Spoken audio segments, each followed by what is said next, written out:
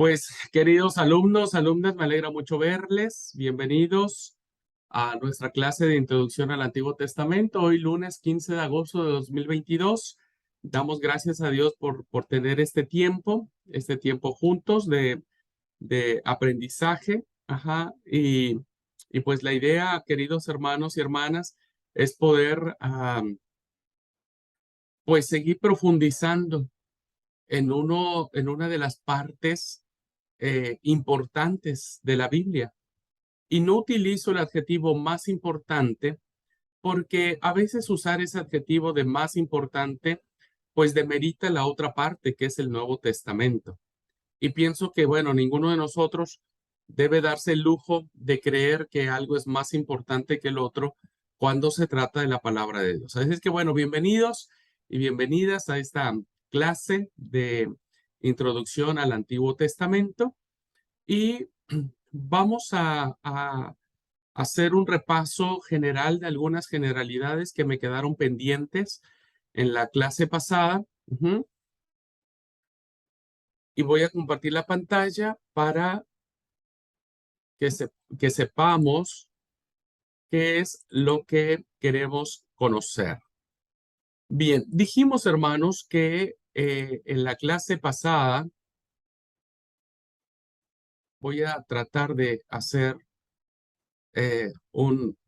Mario, ¿qué vos recordás, amigo, de lo que vimos la clase pasada? Solo para saber un poquitito. ¿Qué recordás?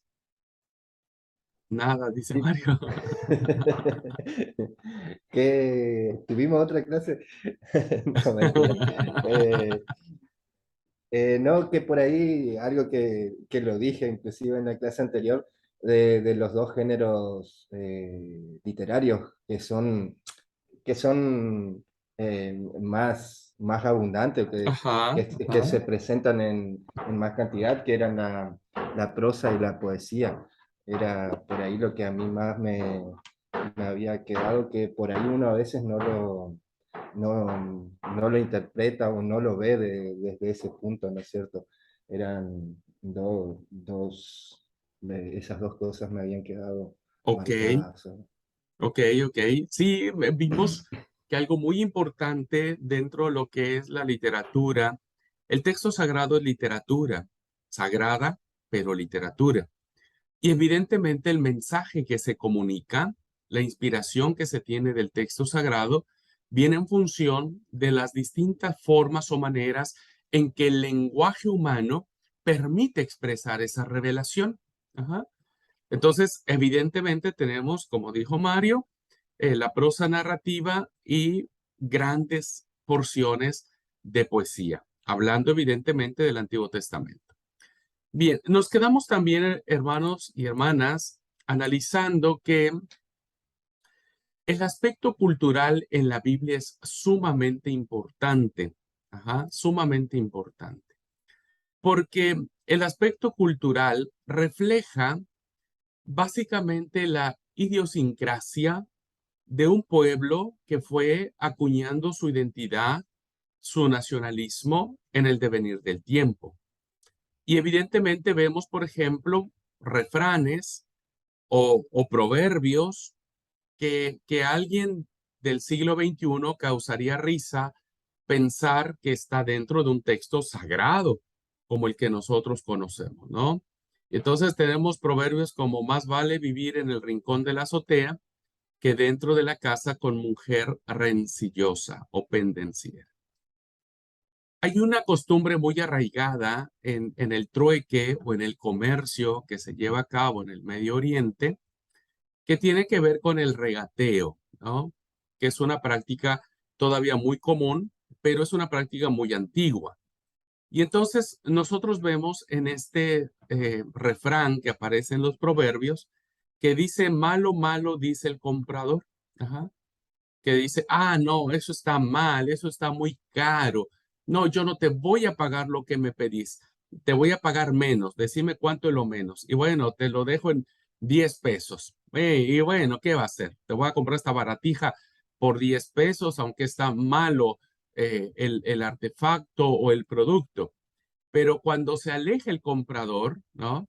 se sonríe y dice, wow, hice una muy buena compra, ¿no? Como decimos, le vi la cara al vendedor y este es un producto muy bueno y me lo dejó muy barato. Entonces, esta práctica, hermanos, está reflejada en un texto sagrado, diríamos, en un libro canónico, que es el libro de Proverbios, que dice, malo, malo el comprador y cuando se aleja, elogia la compra. Bueno, hay canciones de amor, ¿no? Que comprometen básicamente eh, toda, todas las sensaciones. Ajá. El libro del Cantar de los Cantares es un libro sensitivo en todos los sentidos, que evidentemente no es espiritual, sino es básicamente de la relación de un hombre y una mujer. Bien, eso lo vimos, lo dejamos ahí como que tirándolo en el último tramo de la clase. Y algo muy importante, hermanos, que quiero que todos sepamos. Tenemos que dejar de espiritualizar la Biblia. Ajá. La Biblia no se lee de manera espiritualizante en el sentido, ¿no?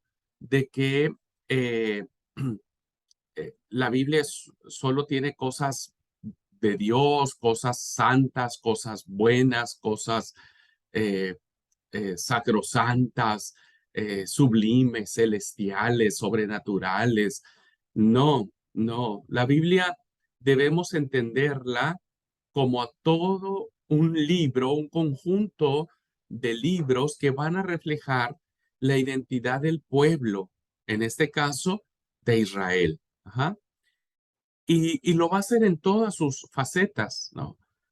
Va a reflejar la identidad del pueblo en ámbitos sociales, económicos, políticos, contratos de compraventa, fiestas, bodas, velorios, ah, amistades, comida. Ustedes saben que el Antiguo Testamento tiene muchas referencias acerca del acto de comer, los momentos de la comida, ¿no?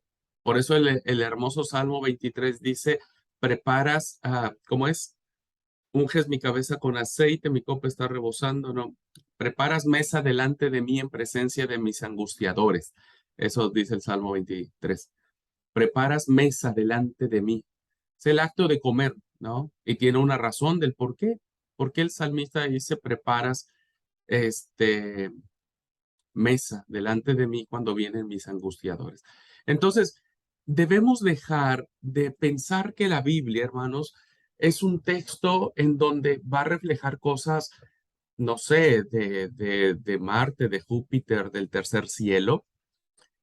Y aunque va a revelar al Dios omnipotente, lo hará desde un punto de vista de la historia, ¿no? De la historia. Y en este caso, la historia de Israel, pero no lo va a contar como un historiador moderno, no lo va a contar como un antropólogo, como un lingüista, como un traductor, sino lo va a hacer, todas estas expresiones se van a manifestar a través de la fe. Por eso, este texto sagrado manifiesta, ¿no? La profunda fe que un pueblo y que todos los demás pueblos aprenden de Israel para adorar al único Dios verdadero que está revelado en el Antiguo Testamento. Ujú. Muy bien, esto es muy importante que lo entendamos. Entonces, si lo entendemos, no nos vamos a asombrar de algunas cositas que vamos a ver que están en el texto sagrado y que evidentemente digamos, eso está mal, esta Biblia no está bien traducida o le están cambiando cosas. No, no. Está reflejando la realidad de un pueblo que está inscrito en el devenir del tiempo, de una historia. ¿Mm? Bien. Bueno, el proceso, hermanos, se inició, el proceso para ir conformando, según lo vimos un poco, las fechas varían dependiendo del autor, pero parece ser que el proceso ya de conformar los libros del Antiguo Testamento va a iniciar a partir del siglo V aproximadamente, ¿no? En la época de la monarquía. Ahí parece ser que eh, empieza a consolidarse en la época del exilio, siglo IV más o menos, ¿no? No, más bien siglo V, sí. Este, y cuarto, sí, tal vez. En donde vamos a encontrar ya los libros que conforman la sección ya sea de la Tanakh o de nuestras Biblias, ¿no? Los libros del Pentateuco, los primeros 5 libros, los profetas, tanto mayores como menores, los históricos y los escritos que se le conocen. Esto ya nosotros ya lo vimos en clase. También hemos visto que la Biblia hebrea se compone de 3 elementos. Ya les dije qué significa la Tanaj. La Tanaj no es otra cosa más que el acróstico que tiene que ver con la Torá, los Nebihim y los Ketubim. Ajá. Entonces, en cuanto a la Torá, no olviden que siempre la Torá o el Pentateuco, no, hablando de la Biblia hebrea es la Torá, ¿no? La Torá o la ley. Estamos hablando de los libros Génesis, Éxodo, Levítico, Números y Deuteronomio. La Biblia hebrea en la segunda sección vendrán los profetas, los Neviim, y ellos lo dividirán, como dijimos, en dos, en profetas anteriores, profetas posteriores. En los anteriores estará Josué, Jueces, Samuel y Reyes. En los posteriores estará Isaías, Jeremías, Ezequiel y los 12 profetas menores, el libro de los 12 que se le conoce. Luego, en la tercera sección, estaríamos abarcando los Ketubim, que tiene que ver con los escritos. Salmos, Job, Proverbios, Ruth, Cantares, Lamentaciones, Eclesiastés, Esther, Daniel, Esdras, Nehemías y Crónicas, que vendrían a ser la tercera sección de la Biblia hebrea. Ya también esto lo hemos visto en clase. ¿Cuáles dijimos que fueron los criterios de selección para saber qué libros eran inspirados? Hablando del canon hebreo, hablando de el canon de Palestina. Y bueno, entre algunos hermanos, no es así como dijéramos, como de manual que hayan sido, pero parece ser que el primer criterio que se utilizó para saber si un libro era inspirado por Dios tenía que ver con el idioma. Entonces, el idioma debería haber sido escrito en hebreo o en arameo.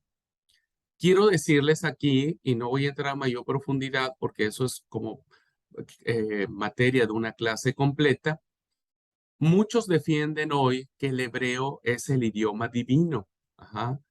Y hay una exaltación por el idioma hebreo, ¿no? Hay mucha gente que ama hablar hebreo, que cree que el hebreo, porque bueno, en ese idioma se escribe la Biblia, es el idioma de Dios, ¿no? Como que Dios habla hebreo o en el mejor de los casos, arameo, ¿no? No es así. El hebreo, hermanos, viene de una influencia pagana, ¿no es cierto? Que evidentemente sus orígenes no tienen nada de divinos ni celestiales, sino evidentemente vienen de la mezcla de otros idiomas, de otras culturas, donde el pueblo empieza a formar su propio idioma. ¿Ok? Entonces, el hebreo no es el idioma divino. Es un idioma donde el pueblo que Dios se le revela habla ese idioma. Bueno, entonces al parecer fue como que el criterio que se utilizó para saber si un libro era canónico o no. Eh, hay unos autores que establecen, hermanos, que los macabeos fueron escritos, muchos creen que fueron escritos en hebreo, los libros de los macabeos. Eh, Hay una disputa muy grande al respecto. Este, eh, Hay muchos autores que siguen defendiendo que El libro de los Macabeos no fue escrito en hebreo, por eso no entraron dentro del canon, fueron escritos en griego. Y hay algunos que dicen que no es porque no hayan sido escritos en hebreo, sino porque para esas fechas los fariseos, en la época de los Macabeos, pues tenían un problema con la gente de habla griega, con los judíos de habla de idioma griego. Y entonces ellos dicen que parece ser que por influencia de los fariseos en esa época decidieron no incluir a los macabeos. Traigo esto a colación porque seguramente en algunos libros que ustedes lean puede parecer que los macabeos tendrían que estar dentro del canon hebreo. Ajá. Este, pero hasta donde hay indicios, o la gran mayoría de los eruditos coinciden, estos libros fueron escritos en griego y por lo tanto no entraron como libros canónicos de la Biblia hebrea.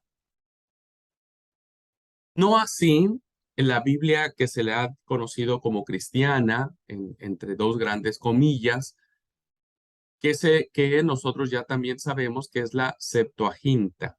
Ajá. Voy a subir a la plataforma un documental muy interesante sobre la Septuaginta, ajá, para que lo vean. Es solamente como un aporte académico para su formación en relación a esta traducción muy importante, muy importante. Porque las primeras comunidades cristianas, les he dicho en algunas otras clases, al parecer usaron la Biblia griega para difundir el mensaje de Jesucristo. Ajá. Porque cuando se inicia la proclamación del mensaje de Jesús, pues no había Nuevo Testamento. Ujú. No había. No había Mateo, Marcos, Lucas, Juan, Tesalonicenses, etcétera. Y lo único que había era el Antiguo Testamento. Ajá. Pero, como ustedes saben, estaba escrito en griego. A ese se le dio el nombre de la Biblia de los 70 o la Septuaginta, que es la traducción del hebreo al griego. Ya platicamos un poquitito, fue una traducción que se hace en Alejandría, una ciudad costera muy importante, una ciudad cosmopolita al norte de Egipto. Ajá. Ciudad muy famosa, tan famosa que se le pone el nombre de Alejandría en honor de Alejandro el Magno, el gran conquistador macedonio. Y es en ese lugar, en la gran biblioteca de la Gran Alejandría, donde se hará esta traducción del Antiguo Testamento, de la Torá, perdón, de la ley al griego. Eh, Fue en la época de la Reforma, hermanos y hermanas, en la época de la Reforma, cuando viene el movimiento de Martín Lutero, él reconoce el canon hebreo como inspirado por Dios. Ajá. El canon hebreo, los 39 libros que nosotros tenemos. Y esto dijo que la Biblia hebrea era inspirada por Dios. Y no fue en el siglo XVI de nuestra era cuando la Iglesia Católica, ajá, lo define en un concilio, el Concilio de Trento, y dijo que, esto lo dijo Martín Lutero, dijo que estos libros que la Biblia Católica habría aceptado como, como canónicos, como inspirados por Dios, Martín Lutero dijo, estos son buenos para la lectura. No los colocó en un plano de inspiración divina, sino más bien, como nosotros hasta hoy en fecha, los reconocemos como buenos para la lectura. Alguien me preguntó, pastor, ¿puedo leer Macabeos? ¿Puede leer? Claro que sí. ¿Puedo leer los añadidos en griego de Esther, de Daniel? Sí.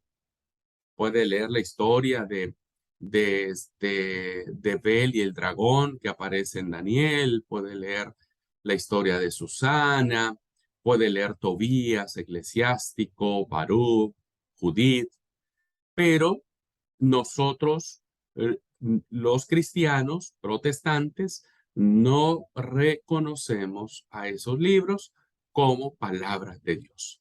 Sin embargo, nos sumamos a las palabras de Lutero que dice son buenos para la lectura. Ahora, un dato histórico, solo para que ustedes sepan un poco. La Biblia católica, la que actualmente hoy nosotros tenemos, que la Iglesia Católica tiene, son los mismos libros que tenemos nosotros, ¿eh? Son los mismos libros. Alguien decía, no, pero eso lo dice la Biblia de los protestantes. No, uno tranquilamente puede decir, bueno, ok, vos pensás que mi Biblia, la Reina Valera, diríamos, no es la buena, bueno, tráeme tu Biblia. Y entonces, aun cuando traiga la imagen de alguna virgen o de algún santo, pues va a decir lo mismo. Ujú. La única diferencia es que los libros apócrifos, los 7 libros que están incluidos, la Iglesia Católica los incluye dentro de su canon como una respuesta a la Reforma Protestante. Ujú. Entonces, los católicos, ¿no? ¿Qué hacen? Convocan a concilio. Concilio que duró algunos años, ¿eh? No fue, perdón, no fue momentáneo, sino que dura algunos años. Y entonces, como para contrarrestar algunas ideologías que los protestantes rechazaban de la Iglesia Católica, y que estas ideologías o estas doctrinas estaban en estos libros apócrifos, pues los toman y los incluyen y les dan el lugar de literatura sagrada. Por eso los protestantes, nosotros, a esos libros les llamamos apócrifos, pero los católicos les llaman deuterocanónicos. ¿Mm? Entonces, solamente como un dato para que ustedes sepan, estos libros entran en el canon católico como una respuesta como una contrarreforma, diríamos una respuesta a la reforma protestante, ajá, y ahora ellos los toman como palabra de Dios. Bien, algunas diferencias que existen entre la Biblia hebrea y la Biblia cristiana, y católica, ¿no? Porque hoy tenemos como 3 cánones que comúnmente conocemos. Bueno, la Biblia hebrea tiene 39 libros y la Biblia de los 70 tiene 46 libros, incluido la Biblia de los 70, incluidos solamente los apócrifos. Hay otros libros que aparecen en la Biblia griega, pero incluidos los 7 libros apócrifos que nosotros les llamamos, suman 46. ¿Mm? Segundo, la Biblia hebrea, hermanos, ya es un canon cerrado. Ujú. Es decir, para los judíos ya no hay más palabra de Dios. Para ellos, hermanos, la inspiración, ¿cómo se llama? Ah, la revelación de Dios solamente está consagrado en los 39 libros. Entonces, para los hebreos, la Biblia de Palestina ya está cerrada. No hay más palabra de Dios. Pero para la Biblia de los 70 es un canon abierto. Ajá.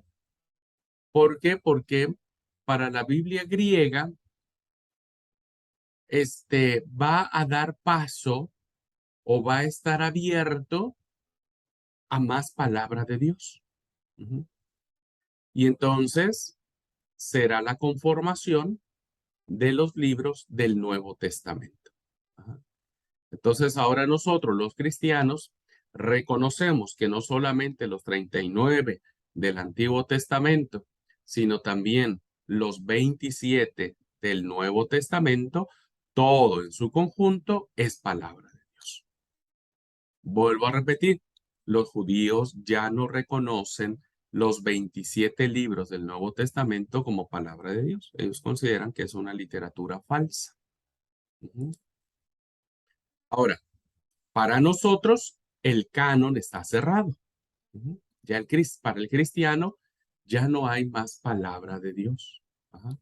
Ahora sí, hasta el libro de Apocalipsis, ¿cierto? Es que ya entendemos que ya no hay más revelación de Dios. Entonces ahora ya para nosotros el canon está cerrado. Por eso nos oponemos rotundamente a reconocer otros cánones, ¿no? Por ejemplo, hoy tenemos a la Iglesia de Jesucristo de los Santos de los Últimos Días. En unos lugares le llaman los mormones, que ellos tienen a la par otro canon, hicieron como otra Biblia, ¿no? Que se le conoce como el libro del Mormón. Entonces, ellos creen que Dios se siguió revelando y se reveló e hicieron este libro, ¿no es cierto? Y ese libro para ellos es palabra de Dios, para nosotros, ¿no? Para nosotros es literatura falsa. Ujú. Hay muchos cánones, ¿no? Por ejemplo, los testigos de Jehová, ellos han hecho su propia traducción de la Biblia y han manipulado el texto sagrado de manera grosera y vulgar. Por eso yo nunca recomiendo que alguien tenga como Biblia de estudio o como consulta la traducción del Nuevo Mundo de las Sagradas Escrituras, que es auspiciada o que es patrocinada por los testigos de Jehová. Es una traducción adulterada, es una traducción que le han quitado cosas en función de su doctrina. De su doctrina. Bien.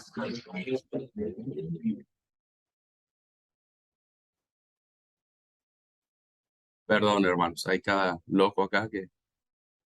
Tercera diferencia. Para los judíos, la Torah es lo más importante. Esto es muy interesante de analizar. Si ustedes van a una sinagoga judía, ustedes van a encontrar que es casi lo mismo que una iglesia católica. Vieron que cuando ustedes entran a una iglesia católica, en el frente, en el altar, hay un espacio sacrosantísimo, especialísimo para guardar el santísimo, que se le conoce, ¿no?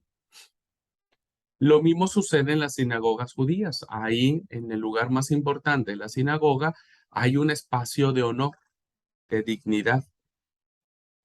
Y en ese lugar está guardada la ley, está guardada la Torah, porque muchos, para el judío, la Torah es realmente la revelación de Dios. Por eso después le siguieron los profetas, ¿no? Y los profetas dijeron, bueno, sí, más o menos, ellos también son la palabra del Señor. Y después hubo otra literatura que dijeron, bueno, ¿dónde metemos a todos estos libros, no? Esther, Cantares, Crónicas, Daniel. Y bueno, hagamos otra sección que es como una especie de esos alfileteros, ¿viste? De eso, de- donde venían galletas, ¿no? De esos recipientes, esas latas donde venían galletas, y que ya después se usó para meterle ahí todo, ¿no? Y los agujas, botones, cierre, todo. Bueno, la tercera sección de la Tanakh es casi parecido a eso. Ahí metieron todo lo que no era ni de la ley ni de los profetas. Y a diferencia nuestra, hermanos, no tenemos un libro en particular como especial, como dijéramos, no, Génesis, Éxodo, Levítico, Números y Deuteronomio son libros mucho más importantes o valiosos que Malaquías o que Tesalonicenses o que Mateo. Ujú. Para nosotros, toda la Biblia desde Génesis hasta Apocalipsis, es el mismo valor, es palabra de Dios. ¿Mm? Cuarta característica o diferencia entre la Biblia hebrea y la Biblia cristiana y o católica. Los judíos, hermanos, siempre le han dado un valor muy importante al Levítico. ¿Por qué creen ustedes, hermanos y hermanas, que no es obra de la casualidad que el Pentateuco o la Torá esté compuesto por 5 libros? Y que en el medio esté el libro de Levítico.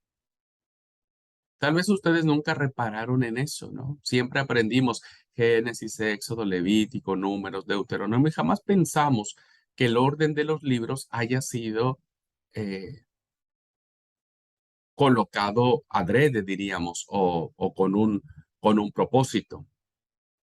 Sí, sí fue colocado adrede, fue colocado un propósito, Ya lo iremos viendo cuando vayamos analizando caso por caso, pero el libro de Levítico, hermanos, es colocado a la mitad del Pentateuco como el centro.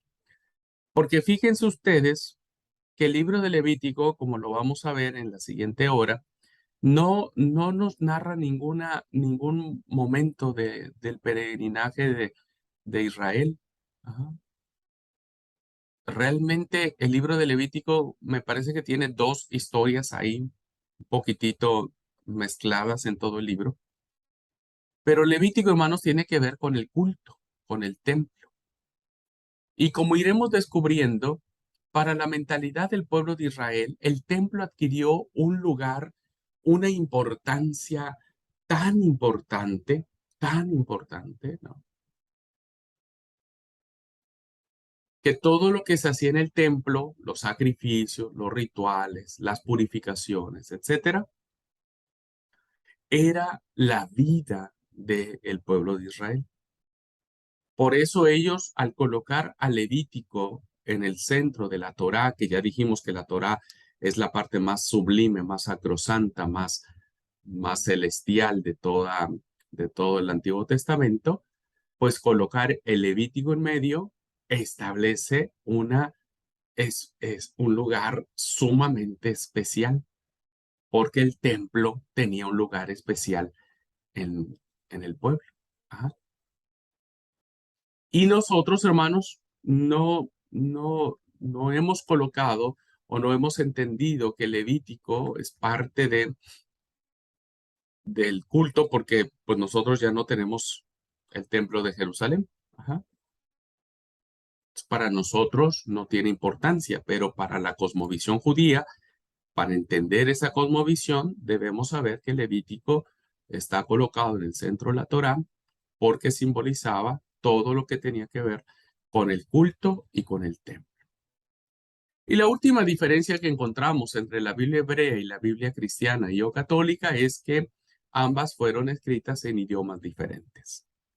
Tanto el canon hebreo fue escrito, sí, hebreo fue escrito en hebreo y en algunas porciones en arameo, lengua persa, ojo con eso, el arameo es una lengua persa, lengua con la que Jesús hablaba, Jesús se comunicaba en arameo, ¿cierto? El Nuevo Testamento no es escrito en hebreo, sino en una lengua común, ¿no? Lengua vulgar. Y cuando hablo de lengua vulgar, no me refiero a una lengua mala, sino más bien a una lengua que se usaba en la mayor parte del imperio griego en aquel tiempo. Entonces, la Biblia hebrea, digo, perdón, el Nuevo Testamento fue escrito en un griego koiné, que se le conoce, el griego koiné. En ese idioma es escrito los 27 libros del Nuevo Testamento. Bien, y esto ya lo vimos también, hermanos, es solamente un repaso. ¿Cómo llegan estos libros a nuestras manos? Bueno, algunos llegaron a través de manuscritos, ¿no? Este, que, que básicamente estos manuscritos, la mayoría de ellos han sido gracias al descubrimiento que se hicieron en las cuevas de Qumran, ujú, en el desierto de Egipto. Ahí se encontró un montón. Por ejemplo, se encontró el rollo del profeta Isaías que mide aproximadamente 7 metros de largo y 35 centímetros de ancho, que luego se enrolla. Hay casi 200 manuscritos, hay muchos más manuscritos, pero completos. Hay más de 200 manuscritos que datan del 250 antes de Cristo al 135, es decir, son manuscritos muy antiguos. Y asómbrese, esos escritos, esas copias que aparecieron en el desierto de Egipto, ¿no? Esas copias han traducido fielmente lo que ahora nosotros tenemos en nuestras Biblias. Fíjense, para que vean la fidelidad con la que el texto se ha venido manejando durante siglos. Ujú. Entonces, lo que ahora nosotros leemos del profeta Isaías, por lo pronto, la copia más antigua que hay, que es del 250 antes de Cristo, ¿no? Por lo pronto, coincide en, en su traducción. Bueno, entonces, todos esos libros del Antiguo Testamento, hermanos, Génesis, Éxodo, Levítico, Números, los profetas, los escritos, la mayoría nos han venido por estos y como vimos en la historia, en la clase de la historia de la Biblia, también hay tres códices muy importantes, ¿no? Donde agrupan estos libros. El Códice de los Profetas del Cairo, el Códice de Alepo, el Códice de Leningrado. ¿Mm? Que eso los vimos anteriormente. Bueno, para cerrar estamos en los aspectos introductorios, hermanos y hermanas, ¿ok? Estamos en los aspectos introductorios. Leer el Antiguo Testamento, ¿mm?, nos va a plantear ciertos desafíos. No lo vamos a ver en esta clase porque espero terminar, el propósito de esta clase es terminar un recorrido que quiero hacer con ustedes. Lo vamos a ver seguramente en la próxima clase. Vamos a ver cuáles son los problemas que el lector serio, el lector avisado, el lector con ojo fino para leer, se va a enfrentar al momento de escudriñar los libros del Antiguo Testamento. Por lo pronto tenemos tres, que los iremos desarrollando, no esta clase, seguramente la que viene, es muy probable. La primera, vamos. Dijimos que la Biblia no habría que espiritualizarla. Y entonces vamos a encontrar, hermanos, que la Biblia no todos son santos. No hay santos en la Biblia, no hay personas perfectas en la Biblia. Y todos nuestros grandes personajes que hemos espiritualizado, ¿no es cierto? Que los hemos hecho casi, casi como intocables, realmente fueron hombres y mujeres de carne y hueso con un montón de falencias. Ajá, con un montón de falencias. Muchos fallos. Entonces, por lo regular, hablamos de Abraham, por ejemplo, y ¿qué decimos? El padre de la fe, el padre, el hombre que obedeció a Dios para sacrificar a su hijo Isaac, ¿no? Siempre vemos la parte buena, pero nos olvidamos que Abraham fue un hombre mentiroso, ¿no? Y que mintió para salvarse el pellejo él. Y lo peor de todo es que puso en riesgo la vida de su esposa, ¿no? Y entonces tenemos tres tradiciones de la vida de Abraham que para salvar el pellejo, ¿no? Para salvar la vida, le dijo a su esposa, anda a decirle al rey que no sos mi esposa, sino sos mi hermana. Porque si el rey sabe, Abimelech sabe que vos sos mi esposa, me va a matar a mí y se va a quedar con vos. Ujú. Vemos, por ejemplo, a un Moisés. Moisés siempre lo vemos como el hombre que abre el mar, que es llamado en la zarza, que las plagas, ¿no? Vemos a Moisés, pero pocos nos damos cuenta que Moisés fue un asesino y que el motivo que él tuvo para huir de Egipto es que él mató a un egipcio, ¿no? Lo mató y eso lo convierte en un asesino. ¿Qué decir de David? ¿Qué decir de Sansón? ¿Qué decir de un montón de personajes, ¿no es cierto? Un montón de personajes que sus vidas pues no fueron tan santas, ¿no? Tenemos una ramera como Raab, por ejemplo, ¿no? Tenemos una Noemí que maldice, ¿no? Y dice, no me digan más placentera, ahora díganme Mara, ¿no? Tenemos a una esposa, la esposa de Acab, un rey, el rey del reino del norte, ¿no? Jezabel, símbolo de la maldad, en fin. Vamos a encontrar, queridos hermanos y hermanas, ¿no? Vemos a un Jacob, por ejemplo, peor, el peor chanta que puede haber en el mundo. Y bueno, todos decimos que el Dios de Jacob. Y entonces eso nos choca, ¿no? Nos choca a muchos. Cuando ya vayamos viendo algunos detalles, nos choca y decir, pero híjoles, esto me parece que bien no podría haber estado en la Biblia. Habría que como que ocultarlo. El segundo problema que vamos a enfrentarnos, y va a ser un problema sumamente interesante, hermanos, va a ser la imagen de Dios. Porque he escuchado a muchas personas decir, a mí me gusta más el Dios del Nuevo Testamento, porque el Dios del Nuevo Testamento es amoroso, perdonador, tierno, amable, qué sé yo, lleno de gracia. O sea, es más buena onda, diríamos, el Dios del Nuevo Testamento. Y nos vamos a meter en problemas cuando leamos que en el Antiguo Testamento vamos a encontrar a un Dios que ordena matar a mujeres, a niños, a ancianos, ¿no? A un Dios que manda la guerra y dice, no dejes a nadie vivo, que no dejes a nadie en vida, arrasa con todos, ¿no? Vemos a un Dios, vamos a ver a un Dios que es vengativo, según algunas lecturas que vamos a hacer, ¿no? A un Dios iracundo. Entonces, eso nos va a plantear grandes problemas. Y el problema, hermanos, es que el problema no es la Biblia. El problema es que a veces nuestra ignorancia nos ha hecho creer que eso es lo que es Dios, ¿no? Así es que vamos a enfrentar esos desafíos en las siguientes clases. Ajá.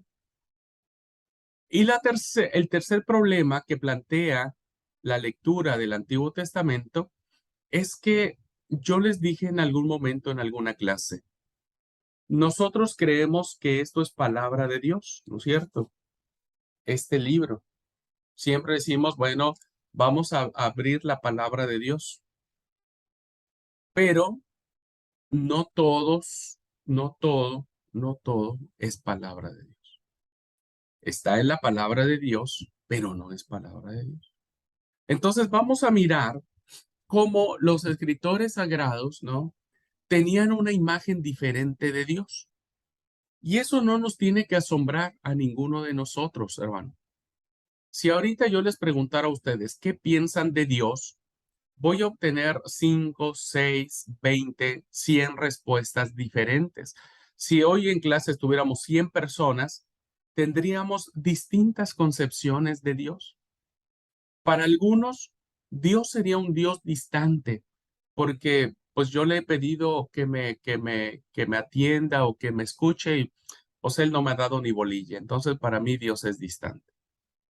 Para otros, Dios era muy cruel porque le quitó a su papá, a su mamá, a su esposa, a su hijo, ¿no? Y no hizo nada para que no murieran. Entonces, para muchos, Dios era un Dios cruel que, que, que hizo que su familiar se muriera. Para otros, Dios será un Dios, pues buenísimo. O sea, ¿por qué? Porque Dios me ha dado una familia, me ha dado auto, me ha dado casa, tengo un trabajo.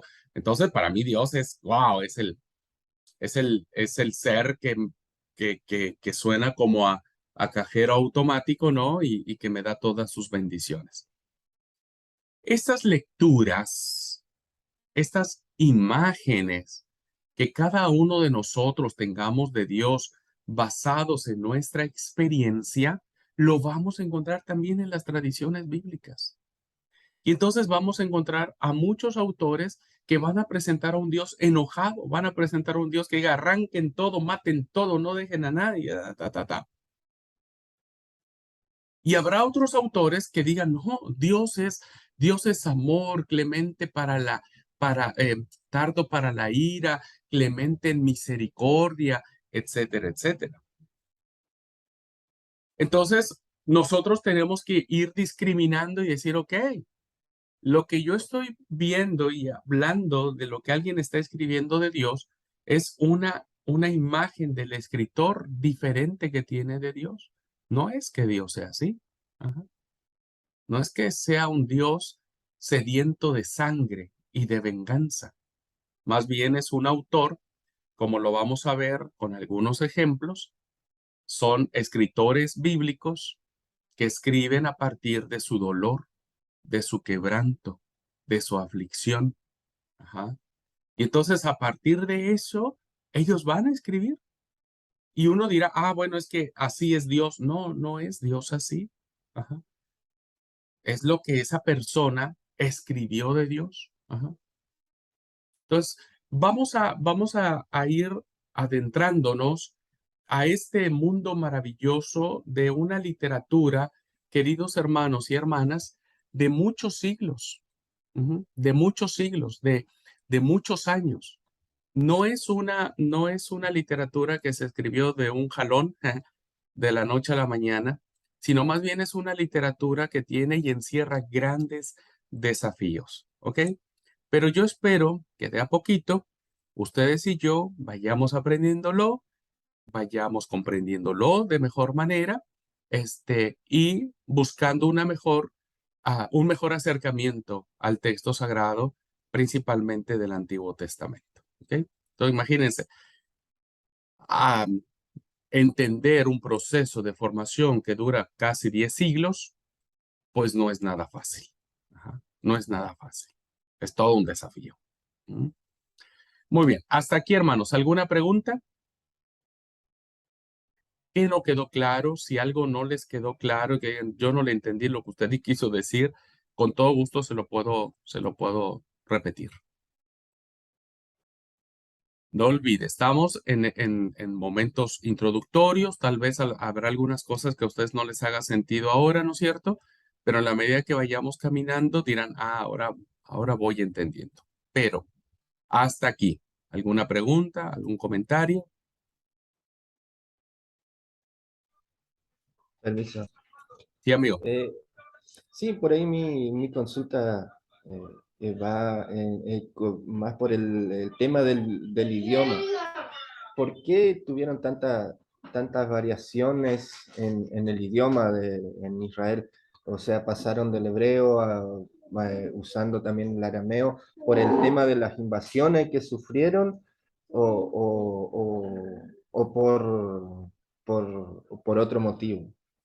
No, realmente sí. El tema del idioma hebreo viene básicamente por las influencias que tuvieron de las naciones que los dominaron, ¿no?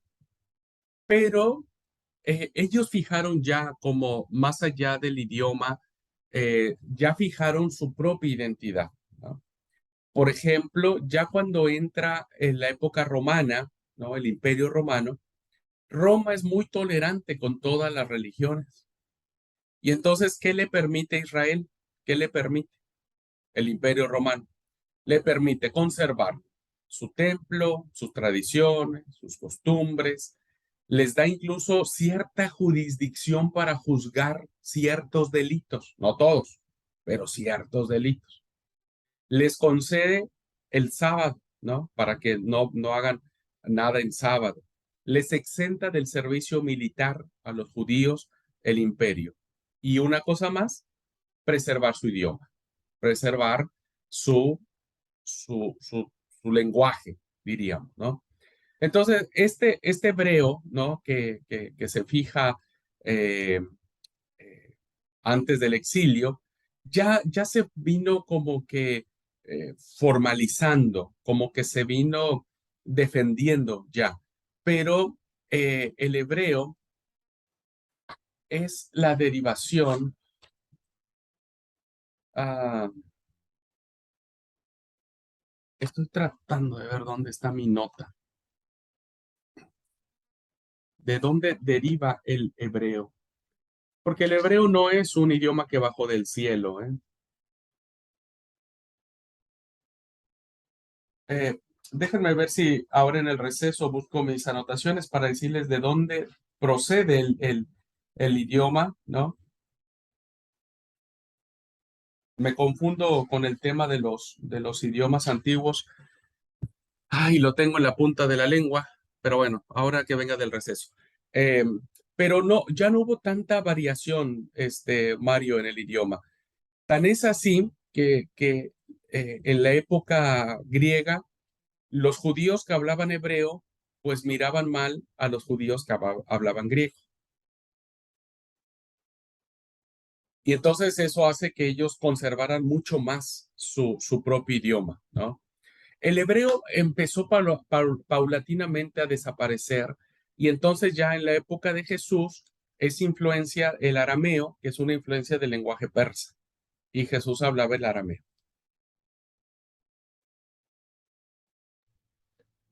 Otra cosita más, pastor. Sí, sí, Eh, perdón, algún día sí, me interesa que algún día hablemos un poquito acerca de esto, ¿no? Cómo se dio la evolución del idioma. Sí, sí, amigo, adelante. Sí, de lo que nos decía de la imagen que nos refleja por ahí de Dios el Antiguo Testamento o que nosotros nos hacemos la percepción.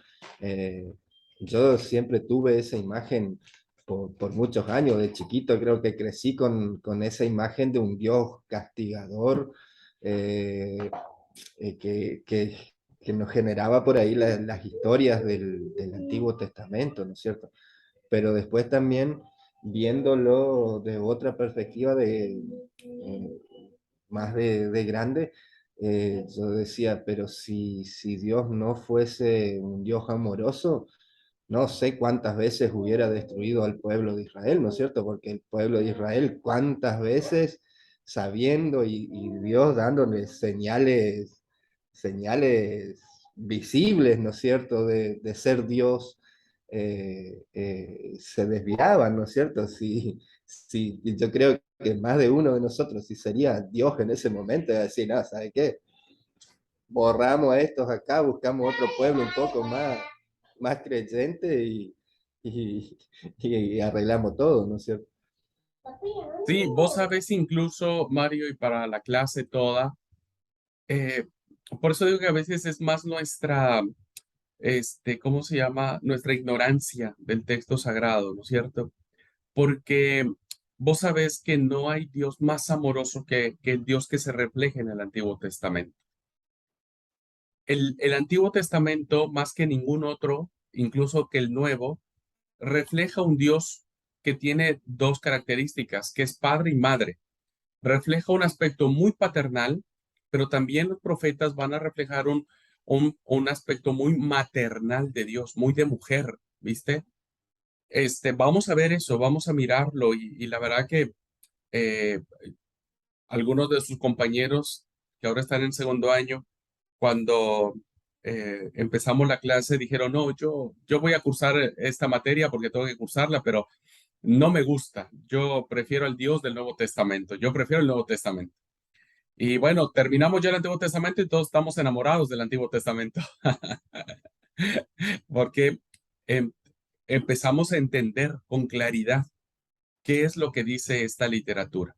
Y por eso, como les dije en alguna clase, vamos a romper algunas ideas, algunas estructuras que hemos tenido al respecto, pero que han estado equivocadas, ¿no? Y que necesitamos corregir, principalmente la imagen de Dios, principalmente. ¿Ok? Bueno, pues vamos a tomar unos 5 minutitos de receso. Necesito que tomen agua, porque viniendo de la clase, yo sé que no lo voy a lograr porque es imposible. En una hora hacer un recorrido por 1000 años. No, no, no va a ser posible, pero vamos a hacer el intento, ¿ok? Vamos a venir a hacer un recorrido para más o menos plantear de manera general todo lo que tiene que ver con los temas del Antiguo Testamento. Así que vamos a tomar unos 5 minutitos de receso y volvemos, ¿ok?